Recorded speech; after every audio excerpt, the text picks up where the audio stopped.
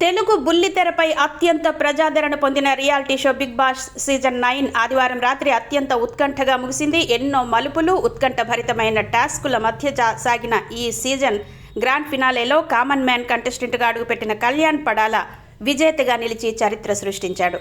ఈ విజేత ప్రకటన విషయంలో అభిమానుల్ని ఊరిస్తూ తనుజ, పవన్ చేతిని పలుమార్లు పైకెత్తి దించి నాగార్జున అందరినీ టెన్షన్ పెట్టేశాడు. ఫైనల్ రేస్లో నటి తనుజ పుట్టుస్వామితో హోరాహోరీగా తలపడిన కళ్యాణ్ ప్రేక్షకుల మద్దతుతో టైటిల్ అందుకున్నాడు.